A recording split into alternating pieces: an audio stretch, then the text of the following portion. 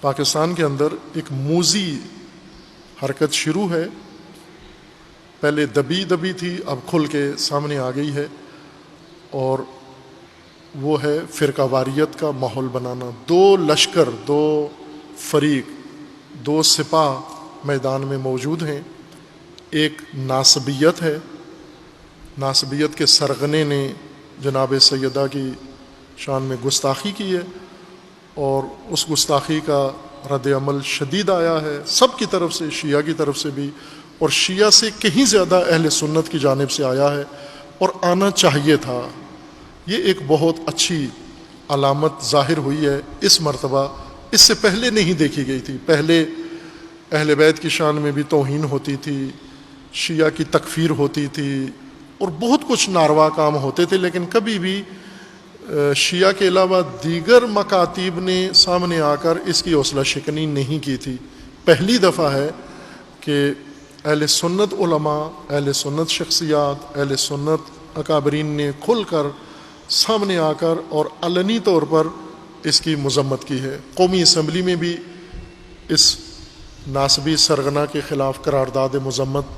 پاس ہوئی ہے، پنجاب اسمبلی میں بھی اس کے بارے میں ظاہراً ہوا ہے، رد عمل آیا ہے۔ علماء، اہل سنت علماء نے مذمتی بیانیے بھی دیے ہیں، اور آگے قانونی چارہ جوئیاں بھی کر رہے ہیں، کانفرنسیں کر رہے ہیں، یعنی شدید رد عمل آیا، اور یہی ہونا چاہیے تھا۔ چونکہ اگر اہل بیت کی شان میں گستاخی کرے اور جواب میں صرف شیعہ میدان میں اٹھے جوابی کارروائی کے لیے، تو اس سے فرقہ واریت کا ایک فضا پیدا ہو جاتی ہے، اور شیعہ جب کسی ناسبی کے مقابلے میں بولتا ہے تو باقی سارے ضد میں اس کے حامی بن جاتے ہیں، دل سے نفرت کرتے ہوئے پھر بھی شیعہ کی ضد میں اس کے حامی بن جاتے ہیں۔ یہاں پر یہ ہوا ہے کہ اس چیز کو خاطر میں نہیں لائے، بلکہ انہوں نے جناب سیدہ کے دفاع میں خود فریضہ سمجھا ہے، چونکہ جناب سیدہ شیعوں کا سرمایہ نہیں ہے، عالمین کے لیے اور مسلمین کے لیے وہ ہستی اللہ کی طرف سے ہدیہ ہے، اس لیے دفاع واجب بنتا تھا، اور انہوں نے کیا ہے، اور ہماری توقع ہے اور آرزو ہے اور امید ہے کہ وہ زیادہ کریں، اس سے بڑھ کر کریں، اس طرح سے جواب دیں کہ آئندہ کسی کو جرأت نہ ہو، کسی ناسبی کو، نہ اس سرغنے کو، نہ ان کے چیلوں کو، کہ اس طرح کی گستاخی کسی اور موضوع میں بھی نہ کریں۔ ایسا عبرتناک اس کو اہل سنت خود جواب دیں۔ دوسرا گروہ جو فرقہ واریت کو ہوا دے رہا ہے اور دیتا آیا ہے، وہ غالی ہیں، شیعہ بنے ہوئے ہیں، جبکہ ان کا تشیع سے کوئی تعلق نہیں ہے، چونکہ مشرک ہیں۔ غالی جو علی اللہ کے قائل ہیں اور علی رب کے نعرے لگاتے ہیں اور باقی تمام دین کا انکار کرتے ہیں، یہ سارے غالی ہیں۔ یہ مسلمان ہی نہیں ہے تاکہ شیعہ ہوں، ان کا کوئی تعلق نہیں ہے، لیکن اپنے اوپر ٹائٹل شیعہ والا لگاتے ہیں، اور لوگ بھی ان کو شیعہ ہی سمجھتے ہیں۔ یہ لوگ بھی اپنی غلطی دور کر لیں کہ ان کو تشیع کے زمرے میں شمار نہ کریں۔ تشیع ایک باقاعدہ پیارا خوبصورت مذہب ہے، اس کی بنیادیں ہیں، اس کی تفسیر کی کتابیں ہیں، اس کے حدیث کی کتابیں ہیں، شیعہ کے فقہاء ہیں، مراجع ہیں، جید علماء ہیں، وہ اصل اساس ہے، بنیاد ہے۔ اگر تشیع کو سمجھنا ہے تو ان کی طرف رجوع کریں، تشیع کو اگر سمجھنا ہے تو آپ مرحوم کلینی سے لے کر امام خمینی تک جتنے علماء ہیں، یہ سب تشیع کی اساس ہیں، تشیع کی بنیاد ہیں۔ اس راہ سے ہٹا ہوا کوئی بھی وہ تشیع کے زمرے میں نہیں آتا، بے شک اپنے آپ کو چسپان کرے شیعہ کے ساتھ۔ اس دھڑے کی یہ کوشش، چونکہ یہ دھڑا در حقیقت معمور ہے MI6 کی طرف سے، جیسا رہبر معظم نے بیان فرمایا ہے کہ یہ MI6 کا بنایا ہوا ٹولہ ہے جو مسلمانوں کے اندر تفرقہ، دشمنی اور نفرت پھیلا رہا ہے، اور نفرت پھیلانے میں ہر کام کرتا ہے، ہر حرکت۔ جیسے ہندوستان میں اس کے کچھ ایسے گستاخ لوگ ہیں جنہوں نے امہات مومنین کی، ازواج رسول کی بے حرمتی کی ہے، اور ہر چند گاہ آئے دن وہ کوئی نہ کوئی ایسا فتنہ اٹھاتے رہتے ہیں۔ پاکستان میں بھی ان کے باقاعدہ منظم گروہ ہیں، ان کے نیٹ ورک ہیں، ان کے ٹھگیے ہیں، ان کے اڈے ہیں، اور کھل کر سامنے آ کر یہ بے حرمتی تشیع کی بھی کرتے ہیں، اسلام کی کرتے ہیں، اہل بیت کی کرتے ہیں،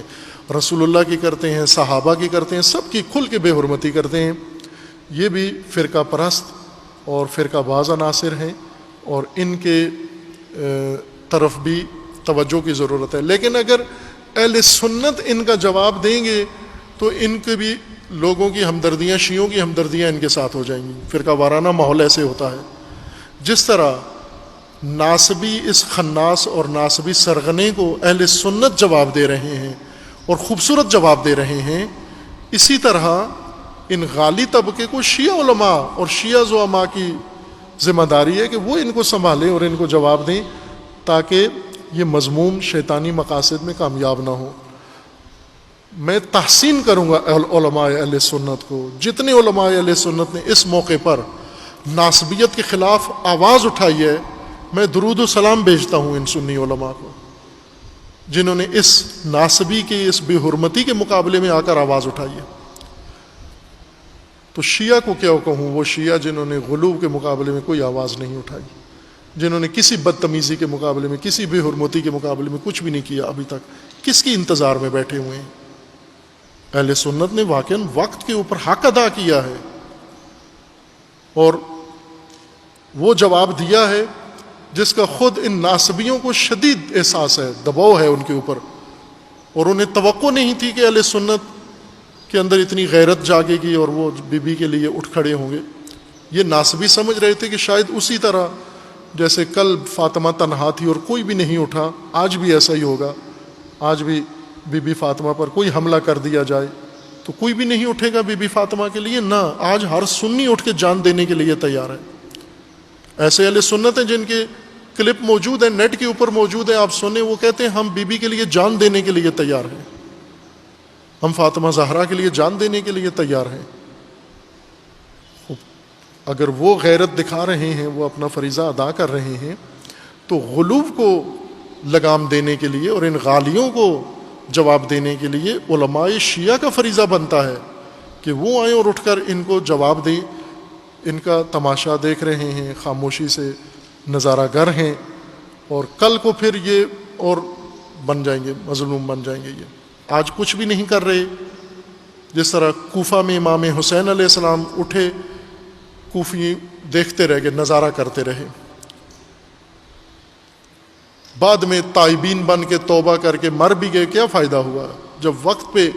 امامت کو، ولایت کو جب ضرورت ہے تو نہیں بولتے ہو، وقت کے بعد پھر پچھتاوے کا کیا فائدہ ہوگا تمہیں؟ اس وقت کے اوپر جواب دینا چاہیے، اور یہ اخلاقی طور پر شیعہ علماء اس بات کے جواب دہ ہیں کہ کیوں ان کی آنکھوں کے سامنے یہ سب کچھ ہو رہا ہے اور وہ انجام نہیں دے رہے۔